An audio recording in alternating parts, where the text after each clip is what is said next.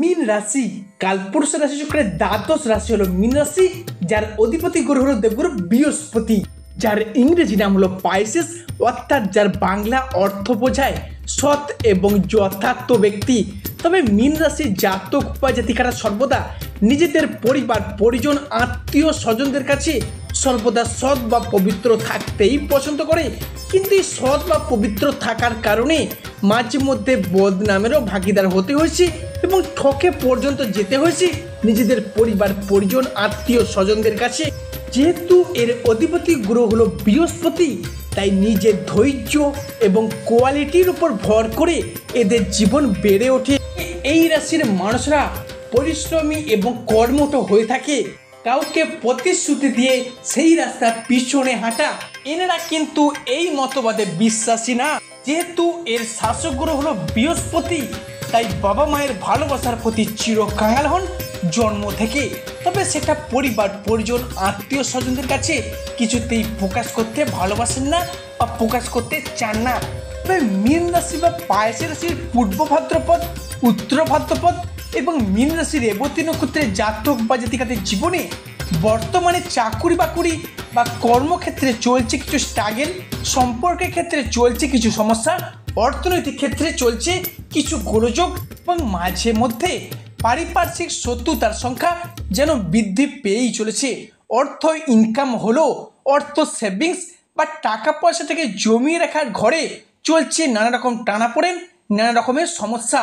সাংসারিক জীবনে পারিবারিক জীবনে বিভিন্ন দিক থেকে স্ট্রাগল প্রবলেম একের পর এক ফেস করতে হচ্ছে। মীন রাশি বা পায়েসের রাশি জাতক বা জাতিকাদের এই সমস্ত পরিস্থিতিগুলি থেকে দীর্ঘদিন ধরে পুরোপুরিভাবে মীন রাশির মানুষরা একদমই আর পাচ্ছিলেন না। অন্যদিকে মীন রাশির রাশিপতি, মীন রাশির ভাগ্যপতি দীর্ঘ কয়েক বছর বা কয়েক মাস যাবৎকাল মীন রাশির সাপেক্ষে পীড়িত নিচস্তভাবে থাকার কারণেই কিন্তু মীন রাশির মানুষরা এই প্রবলেমগুলি ফেস করেছেন। তবে এরপর আসছে মীন রাশির বিশাল বড় একটা পরিবর্তন শুরু হতে যাচ্ছে। মীন রাশির সাড়ে পরবর্তী চরণ। জয় কর্মফলদাতা গ্রহ শনি মহারাজের জয়, জয় অঞ্জলিপুত্র মহাবলী বজরং বলী হনুমানজির জয়। হরে কৃষ্ণ, রাধে রাধে। আজকে আমাদের এবিভিটি অ্যাস্ট্রো বাংলা বাস্তু টিপস ইউটিউব চ্যানেলে আপনাদের সকলকে স্বাগত জানাই। আশা করি আপনারা সকলে ভালো আছেন এবং সুস্থ আছেন। আজকে আমাদের বাংলা রাশি ফলের আলোচনার কেন্দ্রবিন্দুতে যে রাশিটি থাকতে চলেছে সেটি হলো কালপুরুষ রাশি চক্রের দ্বাদশতম রাশি তথা মীন রাশি বা পাইসেস রাশি। প্রিয় দর্শক বন্ধুরা, আমাদের আলোচনাটি হবে প্রতিটি গ্রহ, প্রতিটি নক্ষত্র এবং প্রতিটি ছা গ্রহের অবস্থান এবং নক্ষত্রগত ট্রানজিট বা স্থান পরিবর্তনের উপর ভিত্তি করে। কোনো মন গড়া কথা কিন্তু আমাদের ভিডিওর মাধ্যমে প্রকাশ করা হয় না। তো প্রিয় দর্শক বন্ধুরা, আপনারা যদি মীন রাশি বা পায়েসের রাশি জাতক বা জাতিকা হয়ে থাকেন, আজকের এই ভিডিওটি সম্পূর্ণরূপে থাকতে চলেছে আপনাদের জন্য। তো প্রিয় দর্শক বন্ধুরা, আপনারা যদি মীন রাশির জাতক বা জাতিকা হয়ে থাকেন, আজকের এই ভিডিওটি মনোযোগ সহকারে মনোযোগ ভিত্তিতে স্কিপ না করে আপনাদের মূল্যবান সময়টিকে নষ্ট করে শেষ পর্যন্ত দেখার অনুরোধ রইল। প্রিয় দর্শক বন্ধুরা, ভিডিওটি যদি ভালো লাগে অবশ্যই একটি লাইক দিয়ে যাবেন এবং স্বয়ং শনি মহারাজের আশীর্বাদ পেতে কমেন্ট বক্সে অবশ্যই শনি মহারাজের একটি নাম নিয়ে যাবেন। দেখবেন আপনাদের প্রতিটি পদক্ষেপে জীবনে চলার পথে শনিদেবের আশীর্বাদ মাথায় নিয়ে চলতে পারবেন। রাহু, যাকে কালের সাথে তুলনা করে থাকি, যাকে কেউ কোনোদিন হারাতে বা পরাজিত করতে পারে না, সেই রাহু এবার প্রবেশ করতে চলেছেন মীন রাশির দ্বাদশে। অন্যদিকে কালজয়ী শনি মহারাজ, যিনি যে কোনো রাশির ক্ষেত্রে তাদের শিক্ষা দিয়ে যান, বাস্তবতাকে চোখে আঙুল দিয়ে বুঝিয়ে দিয়ে যান, তিনি এবার প্রবেশ করতে চলেছেন মীন রাশির অষ্টম ভাবে। মীন রাশির দ্বাদশ ভাব আমাদের মুখ্য, আমাদের মুক্তি ও আমাদের জীবনের ছোটোখাটো যে কোনো সিদ্ধান্ত নেওয়ার ক্ষেত্রে বিচার বিবেচনা করে থাকে, যেইটা কিন্তু আমাদের জন্য ভীষণ ভীষণ ইম্পর্টেন্ট হতে চলেছে আগামী সময়কালটির মধ্যে। অন্যদিকে অষ্টমভাবে প্রবেশ করা শনিদেব, যা কিন্তু মীন রাশির সমস্ত ব্যর্থতার মাঝে আশার আলো ফোটাতে প্রস্তুত। তবে মীন রাশির এই দ্বিতীয় চরণের সাথে সেই সমস্ত বিষয়গুলির প্রতি মীন রাশির জাতক বা জাতিকারা সাড়ে প্রথম চরণ থেকেই দীর্ঘদিন অপেক্ষার পর আপনি হয়তো ভেবে নিয়ে গেছিলেন আর হয়তো পুরানো ঘটনা ফিরে পাওয়া অসম্ভব। এবার কিন্তু সেই সমস্ত বিষয়গুলি ফিরে পেতে চলেছেন মীন রাশি বা পায়েসের রাশির জাতক বা জাতিকারা। তবে মীন রাশির দ্বিতীয় চরণের সাড়ে আমাদের নজর রাখতে হবে যে কোনো দিক থেকে নতুন করে আর যেন প্রতারিত না হই। কেননা দীর্ঘ কয়েক মাস বা কয়েক দিন যাবৎ যবে থেকে সাড়ে প্রথম চরণ শুরু হয়েছিল ঠিক সেদিন থেকেই যে কোনো প্রেম ভালোবাসা রিলেশন বন্ধুত্ব ব্যবসাপাতি কিংবা আর্থিক দিক থেকে প্রতারণার পর প্রতারণার শিকার হয়ে আসছিলেন। এবার কিন্তু সেই সমস্ত বিষয়গুলিকে মিটিয়ে রেখে মীন রাশির জীবনে যে পুনরায় আবার আশার আলো উঁকি মারছে সেটাই কিন্তু লক্ষ্য করে যাচ্ছে। এছাড়া মীন রাশির সাপেক্ষে সূর্যের প্রভাব যেটা কিন্তু আগামী 11ই সেপ্টেম্বর থেকে সমগ্র অক্টোবর সময়কালটির মধ্যে জীবনের বিভিন্ন ক্ষেত্রে উন্নতি করতে পারবেন। এরই সাথে এই সময়কালটির মধ্যে দেবগুরু বৃহস্পতি আপনার রাশির অর্থ স্বাস্থ্য এবং সন্তান প্রাপ্তি যোগের ঘরে দৃষ্টি প্রদান করতে চলেছেন।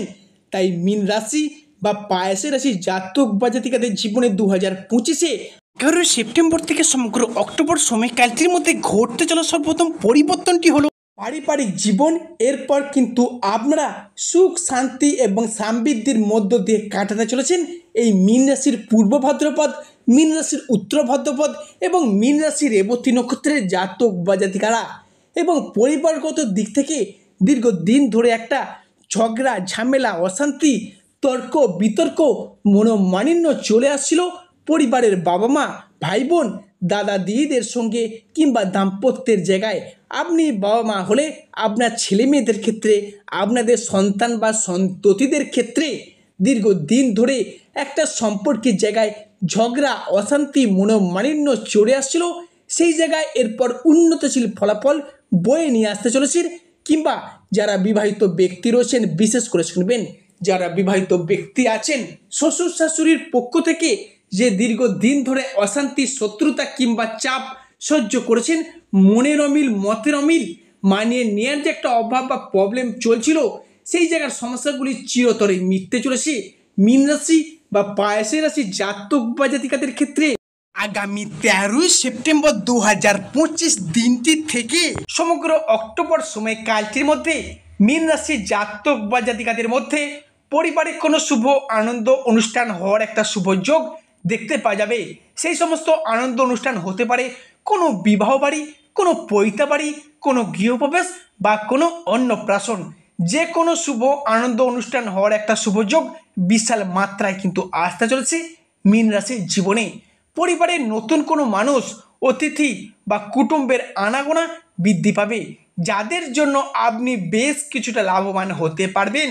তবে মীন রাশির জাতক বা জাতিকাদের মধ্যে পরবর্তী পরিবর্তনটি হলো অনেকের ক্ষেত্রে রাহু এবং ষষ্ঠে কেতু বসে থাকার কারণে কোনো গুরুত্বপূর্ণ সিদ্ধান্ত নেওয়ার ক্ষেত্রে মাঝে মধ্যেই আপনি যেন ভুল সিদ্ধান্তের বশবর্তী হয়ে পড়ছিলেন বা ভুল সিদ্ধান্ত নিয়ে ফেলছিলেন কিংবা না চাইতেই অন্য কোনো ব্যক্তিদের সঙ্গে তর্কে বিতর্কে পর্যন্ত জড়িয়ে পড়ছিলেন।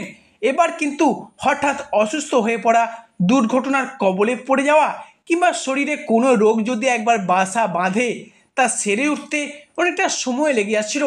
এই জায়গার সমস্যাগুলি এরপর কিন্তু চিরতরে মিটতে চলেছে মীন রাশির জীবনে। মীন রাশির পরবর্তী পরিবর্তনটি হলো পড়াশোনার জায়গা বা উচ্চ শিক্ষার জায়গায়।